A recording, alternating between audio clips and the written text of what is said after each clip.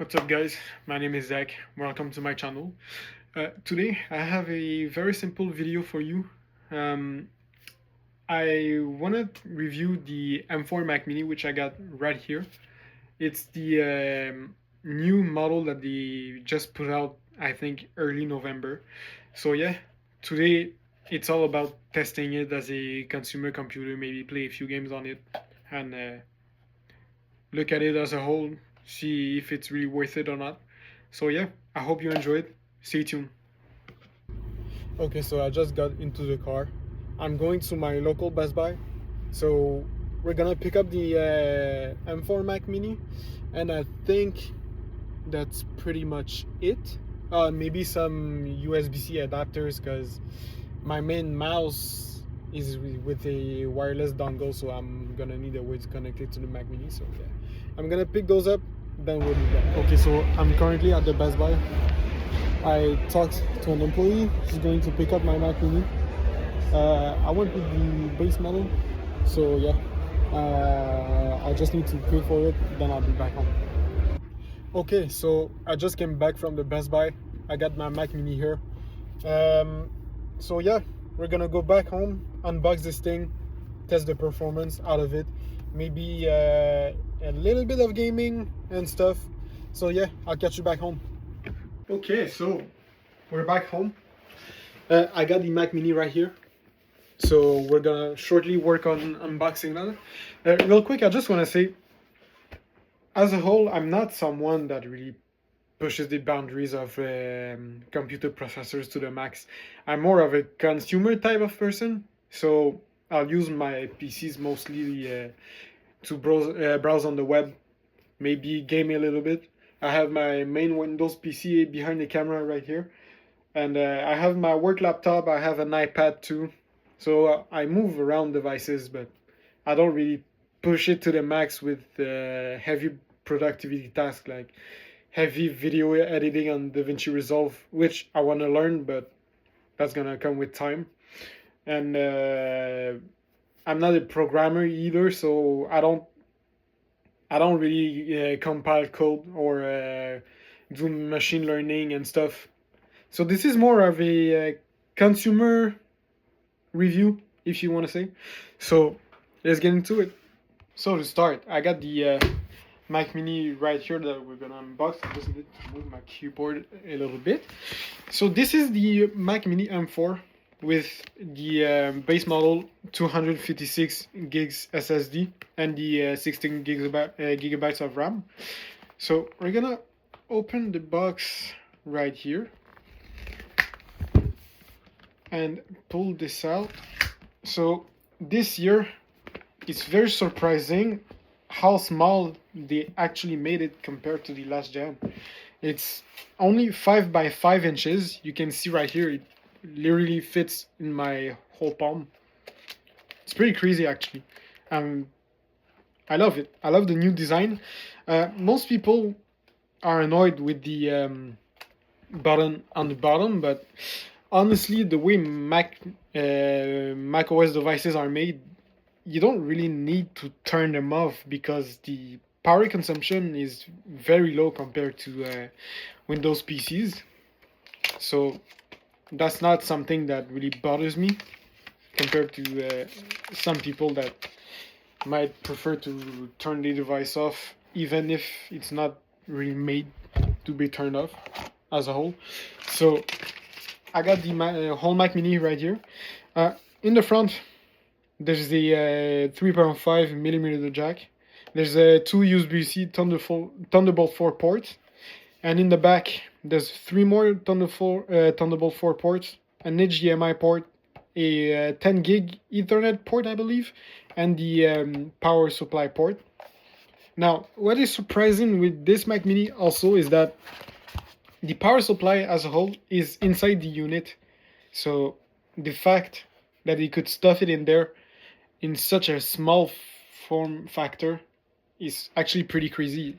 You can see on the cable that I got right here that there's actually no power supply. It's kind of like a MacBook cable. There's only the wall plug and the plug that goes behind the computer as a whole. So I'm gonna plug this up, I'm gonna turn it on, and I'll catch you back in a bit. Okay, so I got the Mac Mini plugged in. To turn it on, it's pretty simple. It's the button underneath. As I said last clip, a lot of people are annoyed by that, but in my case, I'm just gonna turn it on once, then let it run its course and put it to sleep when I'm done with it and wake it up by moving the mouse or something. So I just turn it on, and we're gonna do some tests. I'm gonna try a few things, maybe like some light photo editing, because I wanted to practice with that a little bit. I'm not really gonna try DaVinci Resolve right now because it's my first video, so I don't have any samples to test. And I'm gonna test some games, little things. To use English as the main language, press the return key. Okay, that was something. So yeah, let's get right into it. Okay, so we're on the setup, and I'm not gonna go too much into details here since you all probably know how to set it up, so I'm just gonna speed through it, and then I'll be back once it's all set up and we can actually go install some applications, software, and test some stuff. Okay, so we are back. I updated the Mac. First things first, I need to identify my keyboard. Okay, that's done. So what I want to do first is maybe test some games. So I'm going to go here and see if I can install Steam and see which Windows games are supported on Mac. So I know Macs are not made to game, and I know that not all games are available on the Mac, but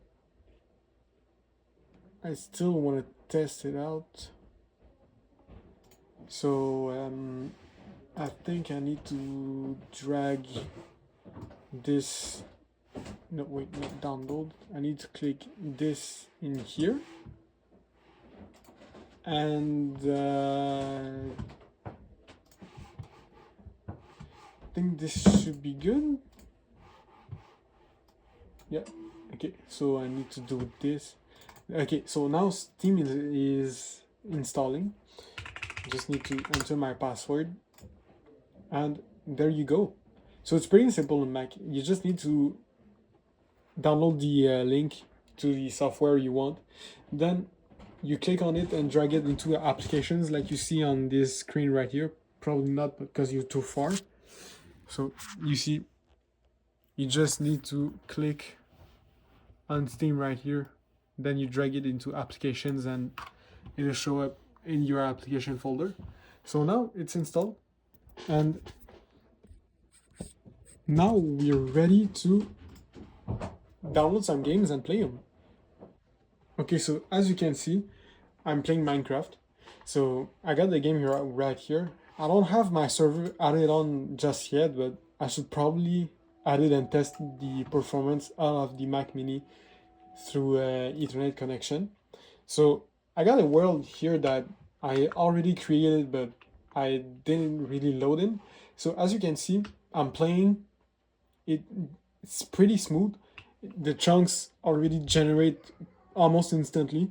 And if I go here to check my frames, you can see on the top left that I'm running at 120 FPS pretty much constant, and which is honestly pretty damn nice. So yeah, if you wanna play Minecraft on this, I definitely say go for it. The game is super smooth. There's no bugs whatsoever. So yeah, that's pretty much it. I'll see you on the next game. Okay, so here I have CSGO. It's the legacy version, so not really supported anymore, but I just want to check real quick. You can see in the graphics, I'm on auto high. It's the highest settings on this game, and I'm also in 3440 by 1440, so yeah, I'm playing on the 34-inch screen. So if I just go here and let's say practice with bots, casual, I'll do a random game. We'll see how well it runs. I think it's gonna run pretty well since Minecraft did as well. And anyway, not a lot of people play CSGO.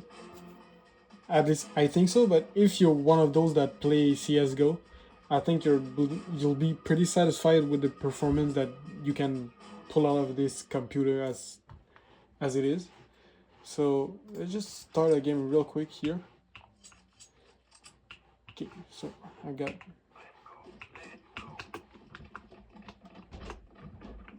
So as you can see, it's actually pretty smooth.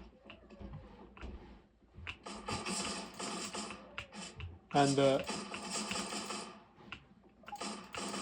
can't aim.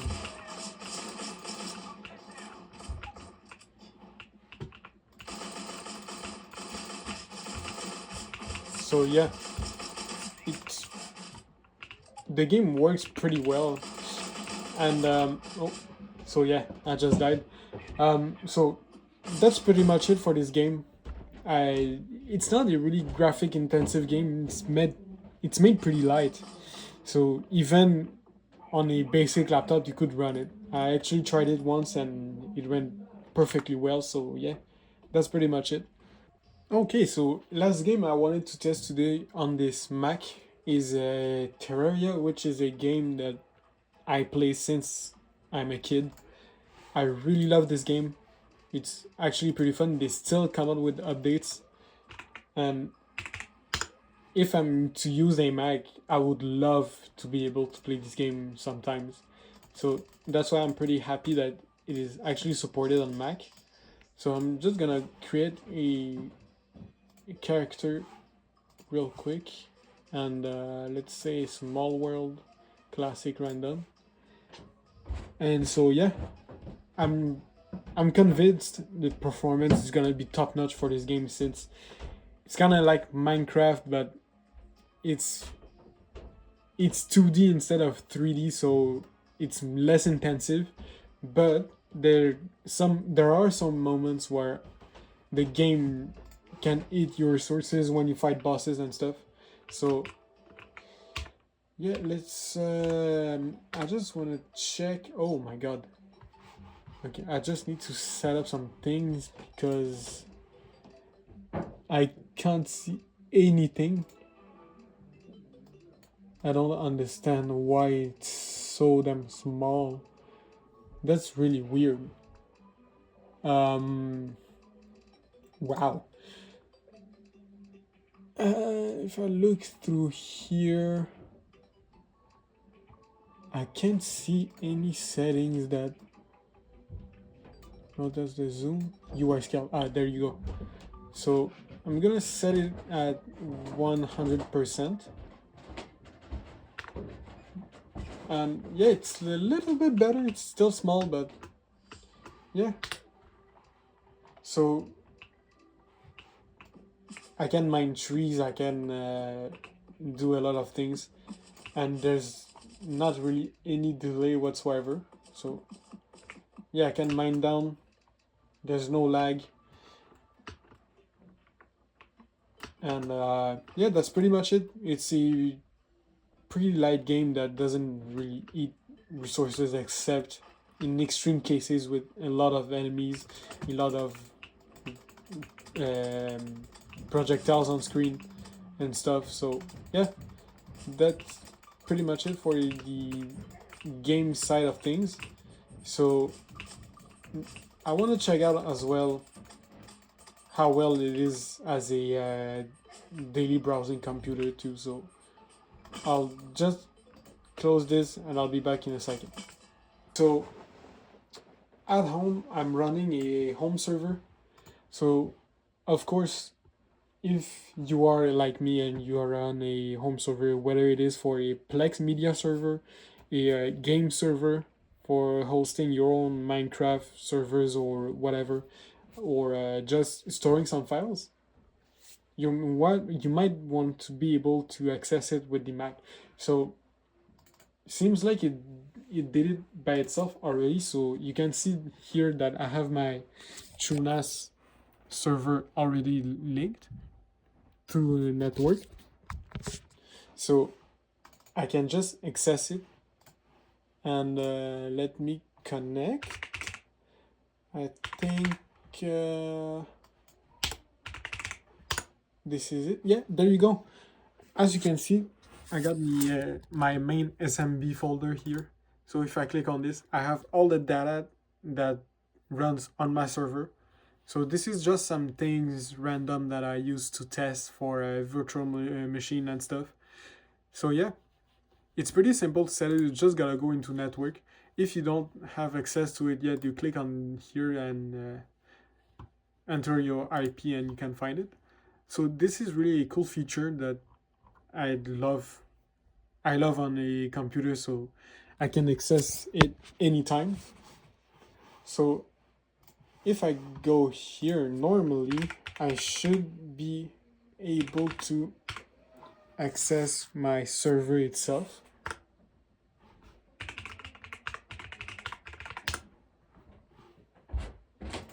Yeah, there you go.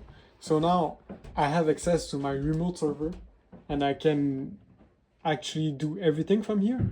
I can even go into my virtual machine and change some things, or I can just open a new tab, type the virtual machine IP address, which I believe is this. Yeah, there you go. Now I'm into my virtual machine as well. So, and it's pretty fast. I can just come here, show details.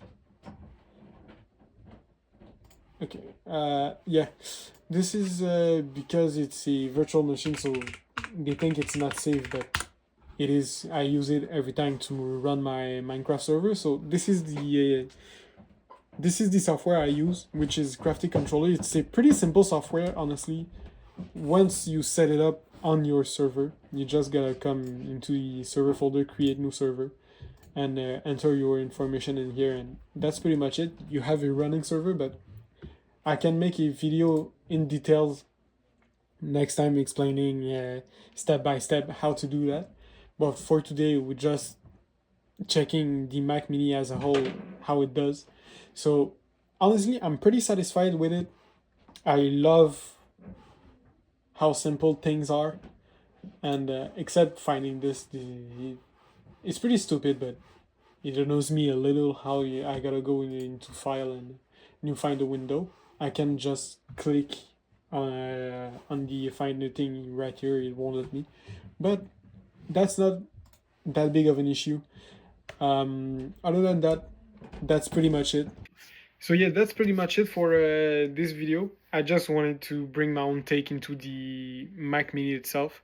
So it's a pretty nice computer for someone that wants to get a computer only for media consumption, maybe web browsing and stuff, light gaming too, or for someone that does productivity like a YouTuber, content creator, or someone that does programming and stuff. It's a pretty powerful machine. I didn't go into that today because I'm not a programmer myself, so I didn't see the point really in doing that, if you catch my drift. So yeah, I hope you enjoyed the video, and I hope I'll be able to bring some more on the channel, and take care. See you.